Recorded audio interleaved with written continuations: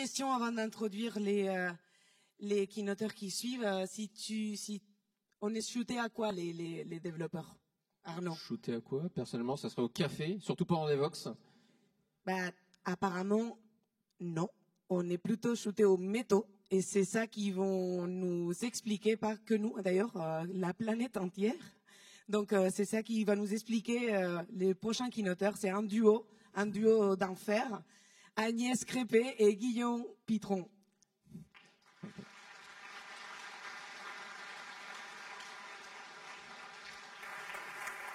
Vous pouvez vous avancer ici, qu'on vous voit bien. Ça fait plaisir de voir Agnès ici, parce que souvent elle est à Mixit, qui est en même temps que Devox. Pour une fois, c'est pas le cas cette année. Pour une fois, c'est pas la première fois, donc je présente Agnès Crépé. Donc tu travailles chez je vous vois ou je vous tutoie tous les deux, parce qu'en fait je change de jour. En fait. Hein? Depuis quand je vous vois? Non, je vous vois. Non, Okay. je tutoie. Je tutoie, ok. Donc Agnès, tu travailles chez Fairphone. J'ai pas envie de me tromper. Entreprise sociale créant un smartphone éthique, modulaire et réparable. Donc c'est super bien.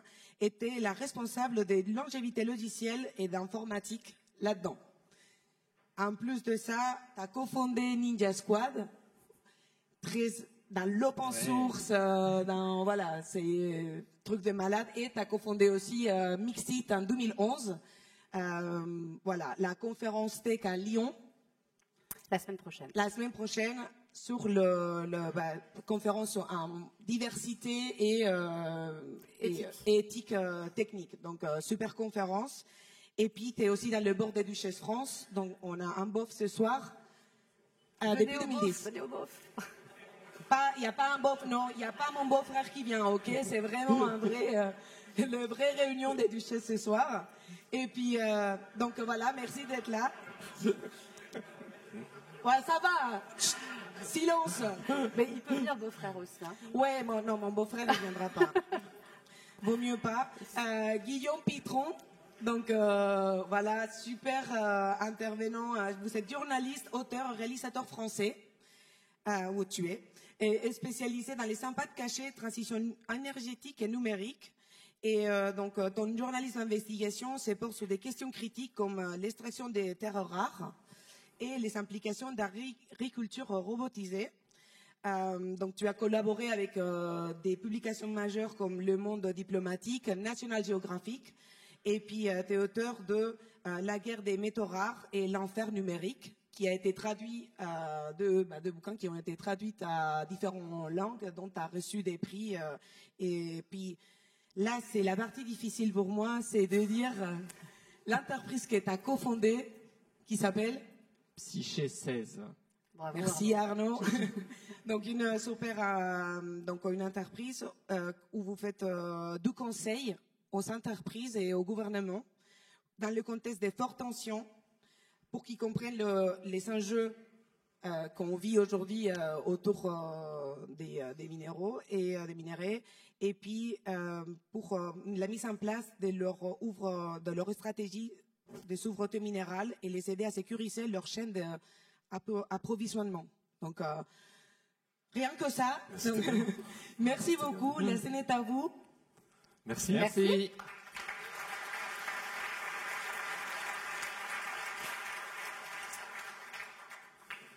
Merci à vous, Devox. Merci de nous avoir invités. Alors, je commence. J'ai une question à vous poser, messieurs, dames. Bonjour. Est-ce que vous vous êtes déjà demandé quelles seraient vos vies au quotidien de 7h du matin à 23h s'il n'y avait pas dans vos vies un métal couramment appelé indium? C'est une question qui paraît saugrenue, mais en fait c'est une question qui est absolument essentielle parce que tous nos objets numériques du quotidien, nos téléphones, sont faits de métaux.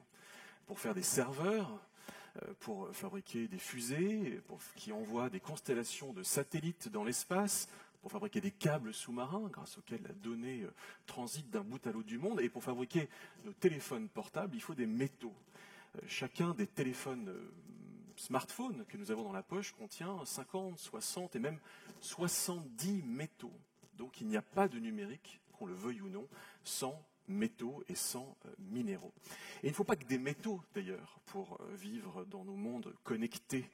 Il faut également d'autres matières premières. Il faut de l'eau pour pouvoir raffiner les métaux qui, ensuite, sont intégrés dans nos téléphones portables. Il faut de l'électricité pour pouvoir transformer le métal, le raffiner. Or, cette électricité, elle provient du charbon, du gaz, elle peut provenir de métaux qui sont nécessaires pour fabriquer les panneaux solaires qui produisent de l'électricité verte.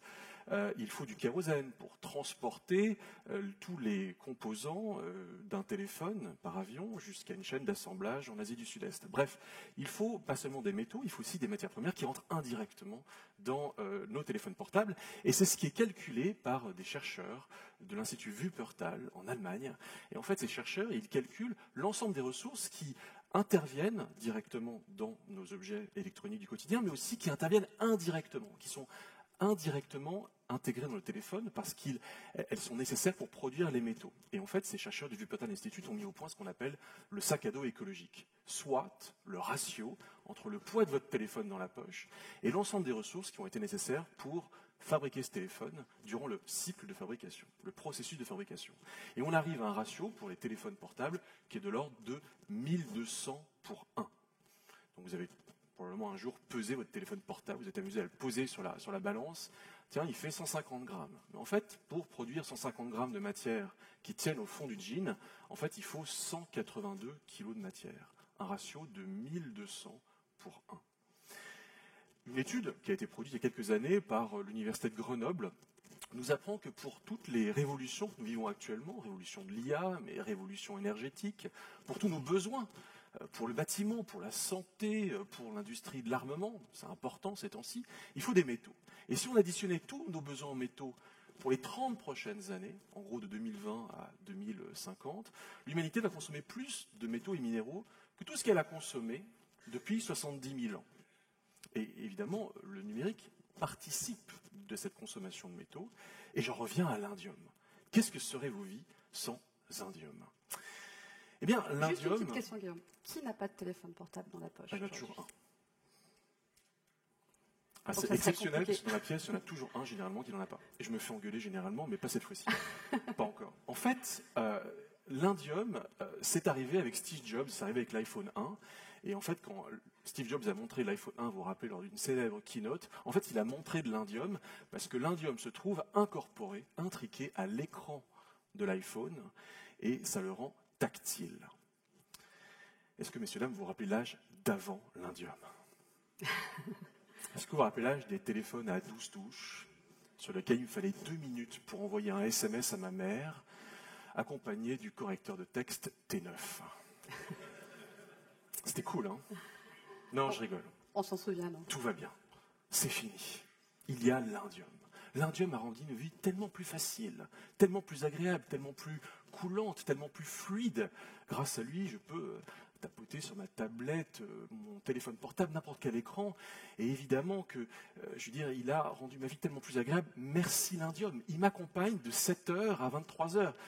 6h ce matin. Mais il m'accompagne tout le temps. Et pourtant, je ne sais pas, nous ne savons pas, même pas que cet indium existe. Alors, nous vivons dans un âge de métaux. Alors, évidemment, surgissent des messages très rassurants, en disant oui, effectivement, il y a un sujet de métaux autour du numérique, mais rassurez-vous, il y a plein de solutions pour contourner ce problème. D'abord, la première solution, c'est qu'on va tout substituer. On va substituer les métaux les plus rares, les plus dilués dans l'écorce terrestre, par d'autres métaux moins rares. Et du coup, on va régler le problème de notre addiction aux métaux, parce que si dans la batterie d'une voiture électrique ou d'un téléphone portable, on peut mettre du sodium, un minerai très abondant, plutôt que du lithium, en fait, je contourne le problème de cette addiction aux métaux, parce que je remplace le lithium par d'autres minerais beaucoup plus abondants. Simplement, l'histoire de l'humanité, messieurs, dames, c'est l'histoire non pas d'une substitution permanente, mais d'une addition permanente. Dans l'Antiquité, l'humanité consommait 7 métaux, environ. Aujourd'hui, on en consomme 80. Et en fait, on ne cesse de consommer plus de métaux et dans une plus grande variété. Et donc l'histoire du monde, c'est toujours l'histoire d'une addition de nos besoins de métaux. Et il faut un peu se méfier, même si la substitution est absolument indispensable, de ce discours qui consistera à dire ça va tout régler. C'est une partie de la solution, ce n'est pas toute la solution. On va continuer à avoir besoin de lithium et d'autres métaux. Et puis, il y a un autre message qui est extrêmement positif, et je l'accompagne, mais je vous mets un peu en garde, c'est le recyclage. On va recycler. Évidemment qu'on va recycler, super. L'économie circulaire, c'est absolument génial. Pour autant, comment est-ce qu'on recycle l'indium de votre téléphone? Est-ce que vous pensez qu'en fin de vie, on va gratter sur la surface de l'écran, récupérer quelques microgrammes qu'on va aller remettre chez le recycleur? Non mais on oublie ça. L'écran, il va être brûlé, fondu, mélangé à d'autres métaux, et tout ça va terminer dans je ne sais quelle décharge. Non, en réalité, on ne fait rien de ces métaux qui sont incorporés, intriqués les uns aux autres, et dont la séparation est tellement compliquée. C'est un peu comme si on essayait de séparer une mayonnaise, quoi. Personne n'a essayé de recycler une mayonnaise. Et ben, on ne va pas essayer de recycler l'indium de l'écran. Et ce qui fait que le recyclage est une solution partielle, mais pas complète. Tout cela pour vous dire que nous vivons dans un âge de métal. La transition numérique est une transition de métal, c'est une transition qui consomme des métaux. 7% du cuivre sert au numérique. 12% de la consommation mondiale de cuivre, de aluminium est destinée au numérique. 23% de la consommation d'argent, 15% de la consommation de palladium, 40% de la consommation de tantal, 60% de la consommation de ruthénium, et jusqu'à 80-90% de la consommation de petits métaux exotiques tels que le terbium, le gallium et autres germanium. Donc nous vivons dans un âge numérique merveilleux, mais qui accroît cette consommation de métaux qui était déjà existante, mais elle l'accroît. Nous vivons dans un âge, oui, shooté aux métaux. Et cette transition numérique, voire écologique, parce que tu parlais tout à l'heure de certains métaux comme les terres rares, le néodyme, etc., on en a besoin dans quoi? Dans les éoliennes, dans les panneaux solaires. Donc ça veut dire que la transition numérique et la transition énergétique, elles sont des bonnes ou mauvaises raisons d'arriver vers toujours plus de métaux. Et toujours plus de métaux, ça veut dire quoi? Ça veut dire toujours plus de mines. Alors, on n'a pas mis de slide avec Guillaume, on a voulu faire une keynote sans slide, mais on aurait pu vous mettre en fait des mines à ciel ouvert, des mines artisanales en République démocratique du Congo, en tout cas le visage de ce que ça veut dire l'extractivisme. Parce que ces mines, en fait, elles existent. Dans l'inconscient collectif, je pense, parmi vous, vous pouvez penser qu'il n'y a personne qui habite à côté d'une mine. À votre avis, est-ce qu'il y a des mines en Europe? Levez la main. Donc il y a des mines en Europe. Mais la réalité, c'est qu'en fait, beaucoup de mines sont loin de chez nous. C'est pour ça qu'on ne les voit pas. Moi, j'habite une ville, Saint-Étienne. Wesh, ma sœur. Et donc à Saint-Étienne, il y a des terrils, ces fameux crassiers, ces accumulations en fait de déchets qui sont rien d'autre que les souvenirs, ce patrimoine négatif, si je reprends le terme d'un sociologue, Vincent Mondino, qui en fait représente toute cette exploitation pendant des siècles du charbon à Saint-Étienne. Eh bien, en fait, si vous allez dans le sud de l'Andalousie, vous trouverez ce même type de paysage, parce qu'il y a encore de l'extraction en Europe. Mais la réalité, elle est plutôt autre, c'est-à-dire que la plupart des mines, elles sont loin de chez nous, notamment en Afrique, en Asie, en Amérique du Sud. Si je prends l'exemple de la RDC, que j'ai cité tout à l'heure, donc République démocratique du Congo, Afrique des Grands Lacs, vous êtes sur une production mondiale de cobalt à 70% qui se passe que dans ce pays. Donc on ne peut pas vraiment squeezer la RDC. Et dans ce pays-là, vous avez un conflit qui existe depuis très longtemps. On parle de la guerre mondiale africaine, 7 millions de morts entre 1998 et aujourd'hui.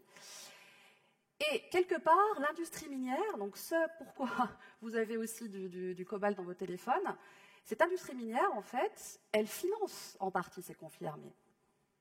Et ça va faire quoi? Ça veut dire que ces conflits durent dans le temps. Et c'est pour ça parfois qu'on parle même d'une industrie néocoloniale, puisqu'on s'appuie en fait, consciemment ou inconsciemment, sur des gens qui sont loin de chez nous. Les mines en RDC, elles sont de deux types. Des mines industrielles, souvent qui appartiennent à des conglomérats étrangers, dont les bénéfices vont dans des paradis fiscaux, où parfois les locaux ne sont même pas employés, et où quelque part, juste les impacts négatifs restent dans ce pays-là. Et vous avez aussi les mines artisanales, où là, Amnesty International a beaucoup documenté ça, mais vous imaginez que les conditions sont différentes, on a plus de dangerosité en fait pour les travailleurs, et on a aussi des enfants. Donc en ce sens, on parle aujourd'hui d'une entreprise, enfin d'une industrie néocoloniale. Donc ça, c'est la première réalité. Et la deuxième réalité, c'est qu'en fait, peut-être que vous ne les voyez pas, les mines à côté de chez vous, mais elles vont revenir ou elles existent déjà. Donc ça, c'est le fameux « on n'a pas de pétrole, mais on a du lithium » d'Emmanuel Macron, dans un discours qu'il a prononcé il y a 18 mois, qui précède un gros push pour ouvrir une mine de lithium dans l'Allier, qui appartient à la société Imerys. Il y a une grosse régulation en ce moment au niveau de l'Europe à appeler les pays européens à réouvrir des mines. Ce qui ne veut pas dire d'ailleurs que les mines, elles vont fermer en Afrique. ou en Amérique du Sud. Et donc, ces réglementations-là sont très concrètes. L'European Critical Raw Material Act, qui a été voté il y a 1 an, vous dit très clairement que l'objectif, c'est d'avoir 10% de l'extraction des besoins de métaux européens qui se passe en Europe, 40% pour la transformation. Et la transformation, si je prends l'exemple de Rhône-Poulenc, La Rochelle, il y a 30-40 ans, qui gérait à peu près 50% de la purification des terres rares, a fermé à cause de la pollution, à cause des déchets de litres radioactifs, de litres d'eau radioactifs dans l'environnement autour de La Rochelle. Donc évidemment que les gens localement n'ont pas envie de voir ça. En tout cas, je parle de l'Allier par exemple, sur le lithium, n'ont pas envie en fait de voir ça au fond de leur jardin. Mais c'est la réalité. Je parlais des réglementations, donc oui, il y a de plus en plus de réglementations qui nous poussent à de la relocalisation. Il y a des réglementations aussi qui nous poussent, et t'en parlera Guillaume, vers plus de transparence dans la chaîne d'approvisionnement. Et il y a d'autres réglementations qui m'intéressent plus, qui vont vers l'allongement de la durée de vie des appareils. En Europe, il y a l'Eco-Design Directive qui a été votée l'année dernière. Alors peut-être que vous n'avez pas entendu parler, mais qui est plutôt cool, parce que ça va pousser les fabricants de téléphones à faire des mises à jour logicielles après la fin des ventes sur 5 ans sur n'importe quelle marque de téléphone. Donc ça, c'est plutôt bien. Pourquoi ? Parce que l'allongement de la durée de vie des appareils, c'est clé pour diminuer la demande. Alors, Agnès vous l'a expliqué, il y a des défis autour d'un renouveau minier et d'une reprise, une prise nouvelle de conscience en Occident de la nécessité de la mine pour tous nos besoins. Et c'est accéléré par la transition énergétique et aussi par la transition numérique, qui sont en fait 2 transitions, 2 révolutions qui consomment les mêmes matières premières. C'est la même technologie de batterie dans un téléphone que dans une voiture électrique.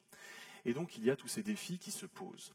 Et de plus en plus d'ailleurs des défis d'ordre réglementaire, juridique, législatif, puisque les États obligent de plus en plus les entreprises à connaître l'origine, la provenance de ces métaux, et elles les rendent responsables en bout de chaîne, en aval de la chaîne de valeur, de la façon dont ces métaux ont pu être extraits en amont de la chaîne de valeur au niveau de la mine. C'est ce qu'on appelle le devoir de vigilance. Les entreprises ont de plus en plus un devoir de vigilance. Alors ça pose des tas de sujets, parce que dans ce contexte-là, les entreprises ne veulent pas être en porte-à-faux avec la réglementation, elles ne veulent pas risquer de manquer de certains métaux.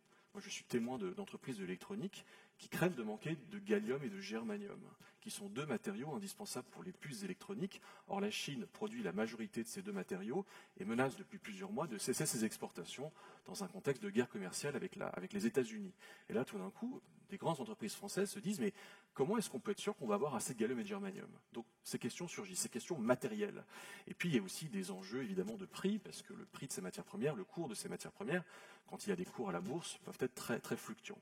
Et donc, en fait, elles arrivent, tout d'un coup, elles réalisent que même si elles sont en bout de chaîne, en fait, même si elles n'ont jamais forcément vu la couleur d'un métal, eh bien, en fait, elles doivent comprendre qu'elles sont consommatrices in fine de ces métaux et qu'elles sont responsables de la façon dont ils sont produits. Et du coup, il y a, selon moi, 4 axes pour les entreprises pour répondre, et pour les États aussi, mais surtout pour les entreprises, pour répondre à ces enjeux-là. Et le premier, c'est de commencer par connaître ses besoins et d'évaluer sa chaîne d'approvisionnement. Donc savoir ce que l'on consomme, parce qu'on ne sait pas forcément ce que l'on consomme, savoir qui est son fournisseur de rang 1, bon ça c'est relativement facile, mais demander à son rang 1 qui est son fournisseur de rang 1, donc pour vous ça fait le fournisseur de rang 2, et remonter encore au rang 3, et la mine elle se trouve au rang 6 ou au rang 7. Et donc ça implique de remonter la chaîne de valeur pour savoir qu'in fine, vous êtes consommateur de tel matériau qui provient de telle mine dans tel pays, et d'en assumer, enfin en tout cas d'en évaluer les risques. Les risques notamment qu'on appelle typiquement les risques ESG. Les risques environnementaux, sociaux et de gouvernance. Est-ce qu'il y a un impact sur l'environnement qui est démesuré? Est-ce qu'il y a un impact sur la vie des populations locales qui est démesuré? Est-ce que ces métaux financent la corruption locale, un conflit local? Ce sont les impacts sur la gouvernance locale. Et donc, tous ces risques sont de plus en plus appréhendés par les entreprises. Et donc ça, c'est la première axe, c'est connaître sa chaîne d'approvisionnement. Après, la deuxième axe, eh bien, c'est d'adapter sa stratégie en conséquence. Donc beaucoup d'entreprises vont chercher à diversifier leurs approvisionnements. Elles vont dire, mais je me rends compte qu'en fait, j'ai un goulot d'étranglement qui se trouve au niveau de tel raffineur de lithium. Et en fait, si jamais ce raffineur de lithium met la clé sous la porte, en fait, j'ai plus de lithium, mais je ne le savais pas, mais je l'ai découvert en évaluant ma chaîne de valeur. Et donc, je vais diversifier mes sources d'approvisionnement, je vais trouver un autre raffineur, mais je vais peut-être aussi aller chercher mon métal, pas seulement dans une mine chinoise, mais dans une mine bolivienne, ou peut-être demain, d'ailleurs, ce sera une mine française, qu'on le veuille ou non. Ça risque d'être le cas, ça pourrait être le cas. Et donc, c'est vraiment la diversification des approvisionnements de matières primaires, mais aussi de matières secondaires. Je parlais tout à l'heure du recyclage. C'est bon pour l'environnement, le recyclage, mais c'est aussi bon pour la diversification des chaînes de valeur. Demain, je n'irai pas seulement choisir mon métal, aller chercher mon métal à la mine, j'irai le chercher, recycler chez un recycleur, et ça démultiplie mes chaînes d'approvisionnement, c'est de la sécurité. Le troisième axe, c'est celui de l'adaptation de la fonction achat, qui doit réfléchir à se réadapter dans ce contexte. Alors ça passe par des tas de techniques, mais l'une des techniques, évidemment, ça va être de contractualiser davantage sa relation fournisseur. Jusque maintenant, on ne se souciait pas trop de ce qui passait au niveau de la mine. Sauf que maintenant, on commence à signer des contrats off-take avec les miniers, en disant mais je veux que sur tant d'années, tu me garantisses en fait un approvisionnement durable, stable, de tant de tonnes de minerais à tel prix fixé à l'avance, et comme ça j'ai une visibilité sur mes approvisionnements. Ou bien de dire, et ça on le voit notamment dans l'industrie de la voiture électrique, et bien en fait carrément d'aller prendre des parts dans une industrie minière. Et ça, c'est nouveau, mais ça consiste donc pour une entreprise de la voiture électrique, par exemple, à prendre une part au capital d'une junior, et en échange de cette prise de participation, eh bien, la junior, quand elle aura ouvert sa mine, généralement ça prend quelques années, elle va garantir en retour un approvisionnement du minerai en question pour le besoin de son M+7. Et puis le dernier point, c'est la data. C'est la data, et c'est la data qui peut être mise au service, parce qu'elle est d'abord en open source, tout le monde peut l'utiliser, et elle est suffisamment disponible en open source pour qu'elle puisse être utilisée aux fins de prédictivité des marchés. Ces marchés sont très fluctuants, et la data peut aider à anticiper les fluctuations de marché, et donc à sécuriser le minerai en amont de ces fluctuations. C'est important. Voilà 4 axes importants, mais qui montrent que dans cet âge où les métaux sont de plus en plus importants, où il y a des défis, il y a aussi évidemment des solutions. Mais ces solutions, quelque part, elles ne sont pas suffisantes. En tout cas, je prends l'exemple de la transparence dans les chaînes d'approvisionnement, c'est très bien, mais en aucun cas, ça doit être un but en soi, ça doit être un moyen. En tout cas, c'est l'approche qu'on a chez Fairphone, ça doit être un moyen pour essayer de comprendre les soucis et surtout de participer à la résolution de ces soucis. Si je prends les 60 matériaux que tu citais tout à l'heure, effectivement, il y en a 60 après dans un téléphone, entre 50 et 60. Fairphone, c'est né en 2010, et 15 ans, 13 ans, 14 ans après, on n'en est qu'à 23. Il y a 23 matériaux qu'on travaille. Parce que c'est extrêmement compliqué de comprendre comment est structurée cette chaîne d'approvisionnement. Mais en tout cas, nous, notre approche, c'est de participer à la résolution des problèmes au niveau upstream. Donc l'upstream, c'est ce fameux N-6, N-10, c'est le niveau des mines. Et donc, 2 exemples concrets. Sur le cobalt, on a participé à monter la Fair Cobalt Alliance, qui en fait consiste sur le sud de la RDC, dans un ensemble de mines, à faire en sorte que les gens aient les mineurs en fait, aient des salaires meilleurs, qu'il y ait des épargnes qui soient faites et que les mineurs puissent décider de comment dépenser cette épargne, et surtout l'objectif étant d'améliorer leurs conditions de travail. On parle de mines artisanales dans cette région-là. Si je prends l'exemple de l'étain, on a 65% d'étain recyclé sur le Fairphone 5, mais le reste, on l'extrait. Et on participe à un programme qui s'appelle Unconditional Cash Transfer. Donc ça veut dire quoi concrètement? C'est le fait de transférer directement sur le mobile des mineurs, donc au sens des gens qui bossent dans les mines, une somme d'argent pour arriver à augmenter leur salaire, sans qu'il y ait aucun intermédiaire. Un peu ce que tu citais sur l'off-tech. Et donc l'idée, en fait, c'est de pouvoir autonomiser les gens sur place, de ne pas présager de ce que vont être des bonnes solutions pour elles et eux, d'arriver à avoir des salaires meilleurs localement, et ce qu'on a observé après 2 ans, donc on s'engage sur 2 ans sur ce genre de programme, et au bout de 2 ans à recevoir de l'argent sur leur mobile directement sans intermédiaire, les conditions de vie s'améliorent. Les gamins retournent à l'école, etc. Il y a un autre travers on va dire des directives qui sont justes sur la transparence de la supply chain, c'est que parfois ça peut générer des effets non attendus. Donc typiquement en RDC, il y a eu une loi en 2010, la loi de Dodd-Frank, ciblée sur les entreprises de la bourse américaine, où on les obligeait à déclarer, à regarder dans leur chaîne d'approvisionnement s'il y avait des minerais dits 200, donc l'étain, le tungstène, le tantal et l'or. Et si le cas échéant, ces minerais-là venaient de la RDC ou des 9 pays limitrophes. Et ça a été quoi la conséquence? Ça a été qu'en fait, plein de grosses entreprises ont banni la RDC, en disant « Ok, on ne touche pas à ça. Si on nous demande de divulguer ça, c'est qu'on ne doit pas bosser avec eux, donc plus de demandes. » Et concrètement, donc on rappelle, le cobalt, typiquement, on est à 70% de la production mondiale, donc il y a toujours besoin de la RDC quelque part. Pareil sur le coltan qui est à l'origine du tantal. Et donc, qu'est-ce qui se passe localement? La demande baisse, des mineurs retournent à la contrebande et le marché noir explose. Donc ça, c'est l'autre travers, on va dire, des directives qui sont que sur la due diligence, le devoir de vigilance, etc. L'idée, c'est vraiment de pouvoir participer localement à résoudre les problèmes. Alors une conclusion, il nous reste quelques instants pour une conclusion, mais je voudrais commencer par une question. Est-ce que vous savez, dans un iPhone de dernière génération, quel est le coût de l'ensemble des métaux et matériaux qui composent cet iPhone? Si vous deviez l'acheter, juste la matière, pas l'iPhone, mais la matière que compose l'iPhone, ça représente quel budget? 2, peut-être 3 euros. Donc c'est vous dire qu'à supposer que je multiplie le prix de ces métaux par 2, ça coûterait 6 euros à l'arrivée dans mon iPhone. Donc on peut, probablement, il y a des tas de leviers, évidemment, d'amélioration de l'extraction de la ressource pour faire évidemment mieux rimer numérique avec une mine responsable, avec un respect des populations locales et de tous les enjeux environnementaux que cela pose. Et nous voudrions vous laisser avec 2 messages. Le premier, vous l'avez compris, c'est que la mine est là pour durer.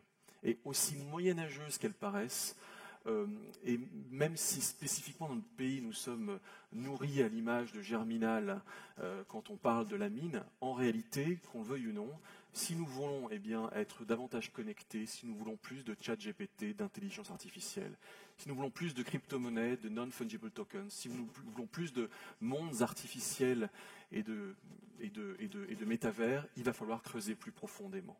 Et n'en déplaise le recyclage qui s'améliore mais qui n'est pas suffisant, n'en déplaise la substitution qui s'améliore mais qui n'est pas suffisante, la mine fait partie de nos vies. Le nuage commence par une entaille dans le sol. Ça, c'est mon premier message. Et le deuxième message, en fait, c'est que quelque part, on est dans une conférence technologique. Et donc, quel est le rôle de l'ingénieur, du technicien, de la technicienne là-dedans? Quelque part, il y a plein de chemins d'innovation, il y a plein d'axes de R&D. Comment craquer l'obsolescence? Comment ouvrir le nouveau garage où on va essayer de faire durer les devices électroniques? Si je prends l'exemple des téléphones, on est sur 2 à 3 ans sur la stack Android de durée de vie d'un téléphone, c'est quand même pas terrible. Pourquoi on ne ferait pas toutes et tous en sorte d'arriver à 7, 8, 9 ans? C'est super cool d'aller voir, de s'inspirer, d'apprendre des nouveaux frameworks, des nouveaux langages, mais il y a aussi de l'innovation à faire sur la maintenance longue durée. L'année dernière, ou il y a 2 ans, vous avez une keynote de Philippe Piwix sur le sujet, où un peu ça conclut, c'était l'ère de la maintenance. Quelque part, la maintenance, moi quand j'étais en ESN, quand je me tapais une mission de TMA, c'était la punition, quoi. Je vais faire de la maintenance. Bah non, c'est cool de faire de la maintenance. Ça peut être cool si jamais, comme objectif, l'ambition, c'est de faire durer le matériel. Parce que derrière n'importe quel logiciel, vous avez du hardware. En fait, ce qu'on voudrait... D'abord, ça pose d'immenses problèmes, évidemment, ça pose d'immenses défis. Je me rappelle, un jour, en parlait à un patron d'entreprise qui me dit « Oui, mais un téléphone qui dure 9 ans, comment est-ce que moi je rends ça cohérent avec toutes les problématiques de cybersécurité ?» Donc, évidemment qu'il y a d'immenses sujets qui se posent. Pour autant, je suis beaucoup allé dans la mine. J'ai passé ces 12 dernières années, depuis le temps que je travaille sur ces matériaux, à arpenter des mines aux 4 coins du monde. Et je peux vous dire que c'est rarement propre une mine. C'est toujours une zone grise par définition. Et on a envie de voir ces conditions sur place et toute la chaîne aval de la valeur s'améliorer quand on connaît sur le terrain la façon dont ça se passe. Et c'est pour ça que j'ai un credo, et je sais que Agnès le partage, nous avons un credo, c'est qu'il faudrait que les objets de demain et d'aujourd'hui, d'ores et déjà, ces objets électroniques, soient plus durables, plus responsables, plus recyclables, et que ces objets-là peuvent être des objets désirables. Merci.